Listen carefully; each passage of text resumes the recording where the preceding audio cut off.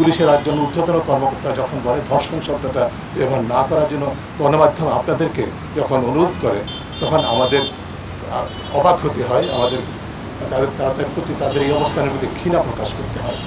কারণ এর মাধ্যমে তিনি যেটা করছেন, বাস্তবে বিএনপি কমিশনার বাস্তবে ধর্ষকের পক্ষ নিচ্ছেন, ধর্ষকের সুরক্ষা দেওয়ার উপায় সৃষ্টি করে দিচ্ছেন।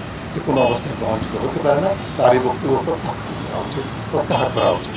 রাষ্ট্র পরিচালনার দায়িত্বে যারা থাকে তাদের আচরণে, কথায়, বার্তায়, চর্চায় কিন্তু আমরা নারী বান্ধব অবস্থা দেখতে পাই না। খুবই দুঃখজনক বিষয়। এবং যেই প্রতিষ্ঠানের উপরে সবচেয়ে বেশি অধিকার নিশ্চিত করা বা নারীর অধিকার হরণের প্রতিরোধ করার দায়িত্ব, সেই আইন প্রয়োগকারী সংস্থা তথা পুলিশের একজন ঊর্ধ্বতন কর্মকর্তা যখন বলে ধর্ষণ শব্দটা ব্যবহার না করার জন্য গণমাধ্যম আপনাদেরকে যখন অনুরোধ করে, তখন আমাদের অবাক হতে হয়, আমাদের তাদের প্রতি, তাদের এই অবস্থানের প্রতি ঘৃণা প্রকাশ করতে হয়।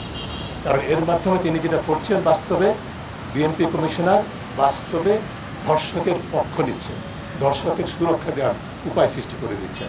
যে কোনো অবস্থায় গ্রহণযোগ্য হতে পারে না, তার এই বক্তব্য প্রত্যাহার করা উচিত। এবং একই সাথে তিনি আবার গণমাধ্যমকে বলেছেন কম করে ধর্ষণের সংবাদ প্রকাশ করার জন্য। এই ধরনের উদ্ধত আচরণ, এই ধরনের অগ্রহণযোগ্য আচরণ কোনো অবস্থায় একজন পুলিশ কর্মকর্তার কাছে প্রত্যাশিত নয়।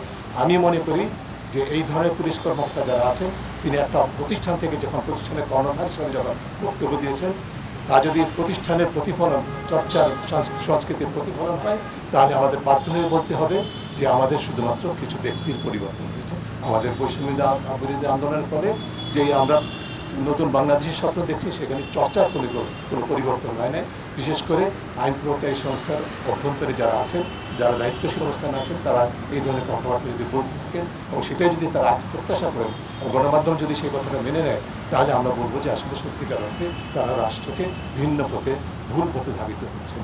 আমি গণমাধ্যমের কর্মীদেরকে আন্তরিকভাবে অনুরোধ করব, আপনারা তার কথা সম্পূর্ণভাবে প্রত্যাখ্যান করুন এবং ধর্ষণ যখন ঘটবে অত্যন্ত জোরালোভাবে সেটিকে আরও প্রচার করবেন, এবং যাতে করে এই বিষয়টি মানুষের নজরে আছে।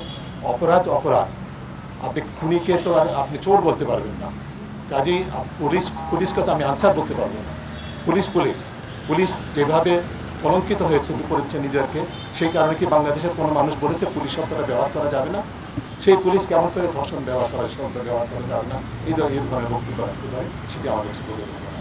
যেই আন্দোলনের সূত্র ধরে আমরা নতুন বাংলাদেশের স্বপ্ন দেখছি, যেখানে বৈষম্যহীন একটা বাংলাদেশের কথা বলছি, সেখানে প্রতিটি পদে নারীর প্রতি বৈষম্য, এটা কীভাবে সহ্য করা যায়?